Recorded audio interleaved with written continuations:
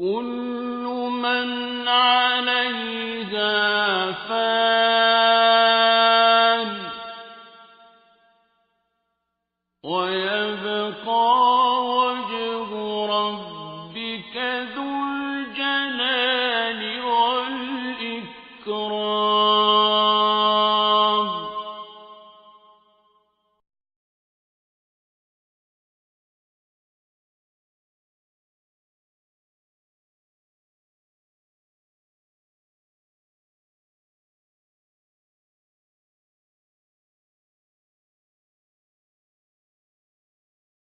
الحمد لله رب العالمين والصلاة والسلام على سيد الرسل وخاتم النبيين وعلى آله وصحبه أجمعين وبعد.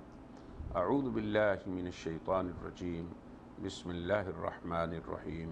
يقول الله عز وجل: ومنكم من يتوفى ومنكم من يرد إلى أرذل العمر لكي لا يعلم من بعد علم شيئا. ويقول الله عز وجل: ومن نعمره ننكسه في الخلق. ويقول الباري جل وعلا: الله الذي خلقكم من ضعف ثم جعل من بعد ضعف قوة ثم جعل من بعد قوة ضعفا وشيبة. يقول الله عز وجل: إنما مثل الحياة الدنيا كماء أنزلناه من السماء فاختلط به نبات الأرض مما يأكل الناس والأنعام حتى إذا أخذت الأرض زخرفها وزينت وظن أهلها أنهم قادرون عليها أتاها أمرنا ليلا أو نهارا فجعلناها حصيدا كأن لم تغن بالأمس كذلك نفصل الآيات لقوم يتفكرون. ويقول الله عز وجل: ثم إنكم بعد ذلك لميتون. يقول أيضا: ألم تر أن الله أنزل من السماء ماء فسلكه ينابيع في الأرض ثم يخرج به زرعا مختلفا ألوانه ثم يهيج فتراه مصفرا ثم يجعله حطاما إن في ذلك لذكرى لأولي الألباب. وقال النبي صلى الله عليه وسلم: الدين النصيحة. صدق الله العظيم وصدق رسوله النبي الكريم. ناظرین کرام، دین بھلائی ہے، اس سلسلے کا یہ 23واں محاضرہ ہے جس میں ہم ان آیات کو ذکر کر رہے ہیں جن سے مرزا غلام احمد قادیانی نے وفات عیسیٰ پہ استدلال کیا ہے۔ ان میں باری تعالیٰ کا یہ ارشاد ہے: وَمِنْكُمْ مَنْ يُتَوَفَّى وَمِنْكُمْ مَنْ يُرَدُّ إِلَىٰ أَرْذَلِ الْعُمُرِ لِكَيْ لَا يَعْلَمَ مِنْ بَعْدِ عِلْمٍ شَيْئًا۔ اور تم میں ایسے ہیں جو وفات دیے جاتے ہیں اور تم میں ایسے ہیں جو ارذل عمر کو لٹا دیے جاتے ہیں تاکہ علم کے بعد کچھ نہ جانے۔ یہ تو اس کا اردو ترجمہ ہے۔ اب مرزا صاحب نے اس کا ترجمہ کیسے کیا وہ بھی ملاحظہ کیجئے۔ وہ یوں کہتے ہیں: اس آیت میں خدا تعالیٰ فرماتا ہے کہ سنت اللہ دو ہی طرح سے تم پر جاری ہے، بعض تم میں سے عمر طبعی سے پہلے ہی فوت ہو جاتے ہیں اور بعض عمر طبعی کو پہنچتے ہیں، یہاں تک کہ ارذل عمر کی طرف رد کیے جاتے ہیں، اور اس حد تک نوبت پہنچتی ہے کہ بعد علم کے نادان محض ہو جاتے ہیں۔ اب یہ آیت ہم نے پڑھ دی اور مرزا صاحب کا جو اس پہ اردو ترجمہ ہے انہوں نے کیا، اس کا بھی ذکر کر دیا، بعد میں اس پہ ہم نقاش کرتے ہیں۔ اگلی آیت جو قسم ثالث کی چوتھی آیت ہے، اس میں وہ یہ کہتے ہیں: وَمَن نُعَمِّرْهُ نُنَكِّسْهُ فِي الْخَلْقِ، کہ یہ بھی آیت وفات عیسیٰ کی دلیل ہے۔ اب اس کا اردو ترجمہ اتنا ہی ہے، اور ہم جسے عمر دیتے ہیں اسے خلقت میں الٹا کر دیتے ہیں۔ پھر اگلی آیت ہے اللہ الذی خلقکم من ضعف ثم جعل من بعد ضعف قوة ثم جعل من بعد قوة ضعفا وشیبہ۔ اللہ تعالیٰ کی ذات گرامی وہ ہیں جس نے تمہیں کمزوری سے پیدا کیا، پھر کمزوری کے بعد قوت بنائی، پھر قوت کے بعد کمزوری اور بڑھاپا بنایا۔ پھر اگلی آیت باری تعالیٰ کا یہ ارشاد ہے، یہ قسم ثالث کی 6ٹھی آیت ہے، انما مثل الحیات الدنیا کماء انزلناہ من السماء فاختلط به نبات الارض مما یاکل الناس والانعام۔ یہ سورہ یونس کی 24ویں آیت ہے۔ اس کا اردو ترجمہ یہ ہے کہ دنیاوی زندگی کی مثال پانی جیسی ہے جسے ہم نے آسمان سے اتارا، سو اس سے زمینی نباتات مل گئیں جسے لوگ اور چوپائے کھاتے ہیں، یہاں تک کہ جب زمین بارونق اور مزین ہو گئی اور زمین والوں نے خیال کیا کہ یہ ہمارے ہاتھ لگے گی، تو اس پر اچانک ہمارا حکم رات یا دن کو پہنچا، پھر ہم نے کر ڈالا اس کو ڈھیر کاٹ کر، گویا یہاں آبادی ہی نہ تھی۔ اسی طرح ہم کھول کر نشانیاں بیان کرتے ہیں ان لوگوں کے سامنے جو غور کرتے ہیں۔ اب مرزا صاحب کا طرز استدلال کیا ہے اور پھر ہمارا نقاش ایمانی کیا ہے، اس کو ہم پیش کرتے ہیں۔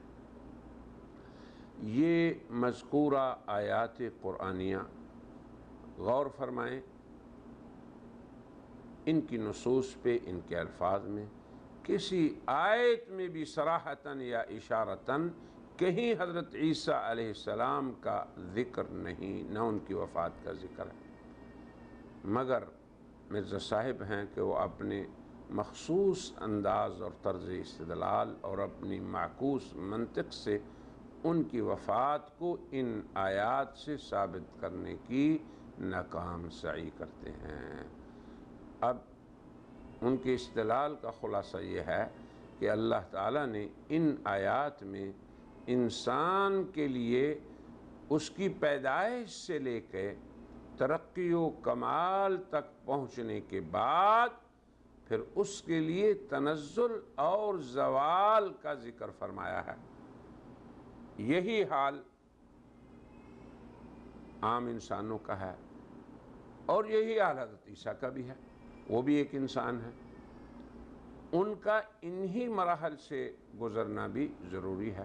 وہ بھی پیدا ہوئے، جوان ہوئے، پھر ضعیف و کمزور ہوئے، پھر وہ وفات پا گئے، اور وہ بھی دیگر انسانوں کی طرح فنا ہو گئے۔ انہیں یعنی حضرت عیسیٰ کو تمام انسانوں سے کوئی استثناء حاصل نہیں کہ وہ زندہ رہیں۔ اگر انسان بڑھاپے اور ضعیف العمری میں پہنچ جائے تو وہ اپنی صلاحیتوں اور قوتوں کو بھی کھو بیٹھتا ہے، اور وہ علم کے بعد پھر سے ہر شے بھول جاتا ہے اور اسے کچھ بھی یاد نہیں رہتا۔ یہ ہے ان کا طرز استدلال کہ جیسے عام انسانوں کا اس دنیا میں حال ہے، حضرت عیسیٰ کا بھی وہی حال ہے، انہیں کوئی استثناء حاصل نہیں۔ ازالہ اوہام کے صفحہ 26 پر وہ یوں رقم تراز ہیں کہ اگر پھر فرض کے طور پہ اب تک زندہ رہنا ان کا تسلیم کر لیں تو کچھ شک نہیں کہ اتنی مدت کے گزرنے پر پیر فرتوت ہو گئے ہوں گے اور اس کام کے ہرگز لائق نہ ہوں گے کہ کوئی خدمت دینی ادا کر سکیں۔ یعنی اگر وہ زندہ بھی ہیں تو کچھ بھی نہیں کر سکتے، ان میں کوئی قوت باقی نہیں رہی، کوئی صلاحیت باقی نہ رہی، لا شیء ہو گئے وہ۔ اب یہ جو قادیانی وہم ہے اس کا ازالہ ہم کرتے ہوئے اپنا ایمانی جواب یوں پیش کرتے ہیں۔ مرزا قادیانی کا مذکورہ بیان اس کی کوئی شرعی سند نہیں، بلکہ اس کا یہ طریقہ استدلال قرآن و سنت کی تصریحات کے کھلے طور پر معارض ہے۔ یہ ان کے باطل عقلی خیالات پر مبنی ہے۔ یہی اللہ تعالیٰ کی آیات میں کھلا الحاد ہے۔ اور مرزا صاحب کا یہ کہنا کہ تمام بنی نوع انسان پیدا ہوتے ہیں، جوان ہوتے ہیں، کمزور ہوتے ہیں، پھر فنا ہو جاتے ہیں، یہی عیسیٰ علیہ السلام کا حال ہے۔ ان تمام آیات سے ان کے استدلال کا یہی خلاصہ ہے۔ اب حضرت عیسیٰ علیہ السلام کو عمومی بنی آدم کے ان عمومی حالات سے کوئی استثناء حاصل نہیں، یہ ہے ان کا دعویٰ، جس کے رد میں ہم کہتے ہیں اولاً امت مسلمہ حضرت عیسیٰ کے خلود کی قائل نہیں، نہ یہ قائل ہے کہ ان کی یہ حیات دنیاوی ہمیشہ رہے گی، کبھی بھی وہ موت کا ذائقہ چکھنے والے نہیں۔ یہ کسی مسلمان کا عقیدہ نہیں، بلکہ ہمارا یہ ایمان ہے کہ حضرت عیسیٰ بھی عام انسانوں کی طرح اپنی اجل پر موت کو ضرور چکھیں گے، اجل پر ان کی موت آئے گی، ہاں اس سے پہلے نہیں، نہ اس کے بعد، جیسے کہ نبی خاتم صلی اللہ علیہ وسلم نے ان کے بارے میں خبر دی لَيَنزِلَنَّ کہ وہ ضرور برضرور اتریں گے، اور یہ بھی بتایا شادی کریں گے، یہ بھی بتایا اولاد ہوگی، اور پھر وہ کیسے اتریں گے؟ حکماً عدلا، حاکم عادل بن کے اتریں گے جو پوری دنیا سے ظلم و زیادتی کو مٹا دیں گے۔ جب وہ اپنی ذمہ داریاں جن کے لیے اللہ نے انہیں آسمان پہ اٹھایا پوری کر لیں گے تو پھر ان کی وفات ہوگی۔ وفات کے بعد مسلمان ان کا جنازہ پڑھیں گے، وہاں حضرت صلی اللہ علیہ وسلم کے پہلو میں مدینہ منورہ میں دفن ہوں گے۔ یہ ہے وہ عقائد اسلامی جو قرآن و سنت کی اخبار سے ثابت اور امت مسلمہ کے اجماع سے ثابت ہیں، اور امت مسلمہ کے خواص و عوام اپنے اولین عہد سے اسی پر قائم ہیں۔ رہی حضرت عیسیٰ علیہ السلام کے بارے میں قادیانی کہانی کہ انہیں صلیب پہ لٹکایا گیا، پھر زخمی حالت میں انہیں اتارا گیا، پھر زخموں کے علاج کے بعد وہ کشمیر کی طرف بھاگ گئے اور وہاں سری نگر میں فوت ہوئے اور اسی شہر میں دفن ہوئے، مکمل طور پر من گھڑت ہے۔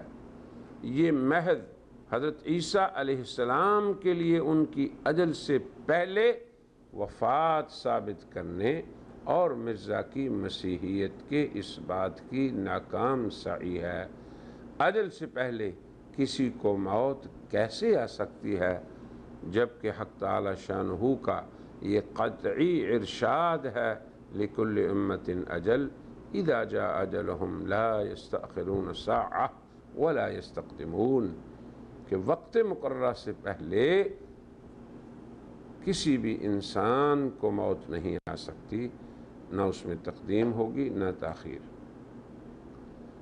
رہا عموم انبیاء کی وفات، یہ نقطہ ضروری سمجھنے والا ہے، یا بنی نو بشر کے مراحل حیات جن کا ذکر عمومی آیات میں آیا ہے، حضرت عیسیٰ علیہ السلام کا استثناء کیوں ہے؟ رہا یہ کہ وہ وفات پائیں گے، ضرور پائیں گے، مگر ان کا رفع، پھر ان کا نزول اور ان کی خصوصی حیات، تو یہ قرآن و سنت کی نصوص اس پہ دال ہیں۔ یہ مسئلہ اجماع امت سے ثابت ہے۔ پھر عمومی حکم اس کے ذکر سے کسی کا استثناء یہ بھی قرآن حکیم کی سنت ہے، اور یہ ضروری نہیں کہ جس کی استثناء عمومی حکم سے کرنی ہو وہ اور عمومی حکم دونوں متصل ہوں اور ایک ہی جگہ پر ان کا بیان ہو۔ استثنائی حالت کا ذکر اس کا قرآن میں یا سنت میں ہونا ضروری ہے، چاہے موقع و محل مختلف ہوں، کیونکہ مسلمان امت اس امر کی پابند ہے کہ وہ تمام نصوص شرعیہ کا مطالعہ کرے اور پھر کوئی فیصلہ کرے، کیونکہ کسی بھی حکم شرعی کے ثابت کرنے کے لیے تمام شرعی نصوص کلمہ واحدہ کی حیثیت رکھتی ہیں۔ اس کی بہت سی مثالیں ہیں، انشاءاللہ ہم ان کو ابھی اگلی نشست کے لیے چھوڑتے ہیں تاکہ توجہ سے آپ لوگ سن سکیں اور اس امر کا قرآن و سنت کی نصوص کو سامنے رکھ کے خوب ملاحظہ کر سکیں کہ کتنی ہی باتوں میں حکم عام سے استثناء موجود ہے۔ وآخر دعوانا ان الحمد للہ رب العالمین۔